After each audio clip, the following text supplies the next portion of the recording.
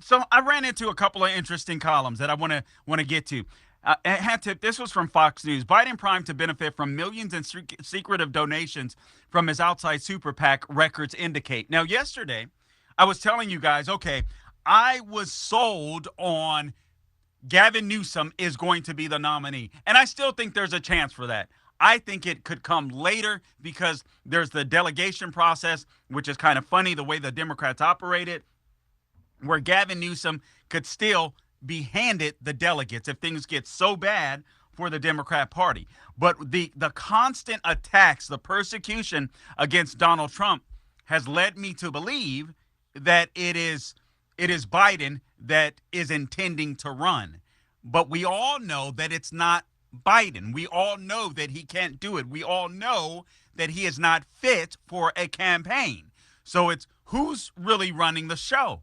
I do believe there is a quote unquote deep state, administrative state, whatever you want to call it. I do believe that there are puppets behind the scenes and Joe Biden gets to be the figurehead. Now, that isn't to say that when he's lucid, he's not giving directives. I believe he does do that. All right. But ultimately, I think he's acquiescing to the deep state, to the radical state. And at the same token, he's getting to cover his butt. That's what they're giving him in return, in cover for himself and for Hunter Biden. And so we all know that every time something nefarious came out about Hunter Biden that would lead to Joe Biden, then all of a sudden there would be more charges, more indictments against the former president, Donald Trump. And so as I started thinking about this, I'm like, okay, Biden is going to run because somebody wants him to run. And I don't think it's simply they want power, which I do believe it's partly that. But I also think there's so much criminality involved behind the scenes with Biden, and I think it could be connected to Obama as well, that they want to keep this on the down low. I think that's exactly what's happening. I think that's what we're witnessing. And the left doesn't care. They're using all type of tactics. Lou has given me a list of the 13 rules for radicals to gain power. I actually think I'm going to get in deep to that next week. I'll be in one time for Officer Tatum next week. I think I'll dive in to that and how the left is using that and how we can flip the script on them on some of those issues regarding the rules for radicals. But I just want to share with you some of the news. Actually, let me do this. Let me go through some audio clips because I think this is very important. Just set up what happened today. Also, I want to introduce you to the judge that is going to be presiding over the Washington, D.C. case. I know many of you have heard about her. I think it's really important to know this. She's a black chick. She's a black liberal chick that was appointed by Obama. Carl, that is so petty. That is so petulant. No. If you've been told that a bunch of white supremacists are running the country or trying to destroy the country, if you happen to believe this, and I happen to believe this, judge might just believe this, then she's been very harsh on J6 protesters.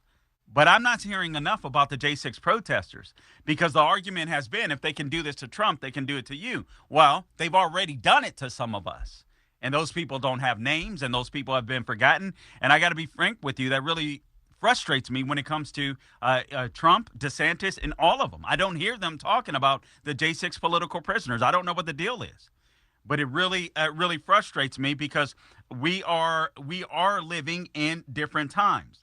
But I'm going to break down some of the Biden corruption, and I want to break down some secret money that is even behind Biden. But first, before I do, here is an audio clip that I want to play of Donald Trump, the former president. He talks about how this is a very sad day for America. He says this is a persecution of a political opponent, and I want you to hear this audio clip number 1. Por favor, Sean. Well, thank you very much. This is a very sad day for America. And it was also very sad driving through Washington, D.C. and seeing the filth and the decay and all of the broken buildings and walls and the graffiti. This is not the place that I left. It's a very sad thing to see it. When you look at what's happening, this is a persecution of a political opponent. This was never supposed to happen in America. This is the persecution of the person that's leading by very, very substantial numbers in the Republican primary and leading Biden by a lot.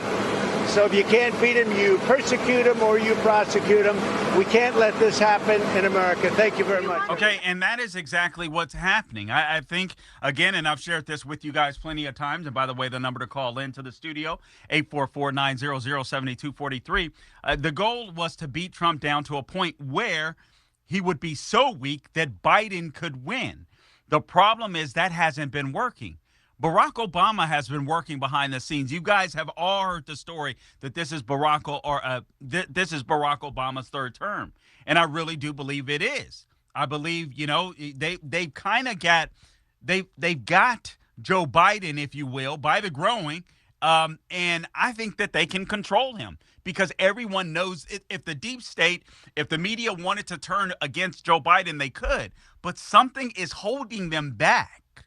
Something is holding them back. Why not just go with the Gavin Newsom right now? Why not just put Kamala Harris in? I know she's a bit of a joke, but why not do it? Why keep the puppet in? Why do it?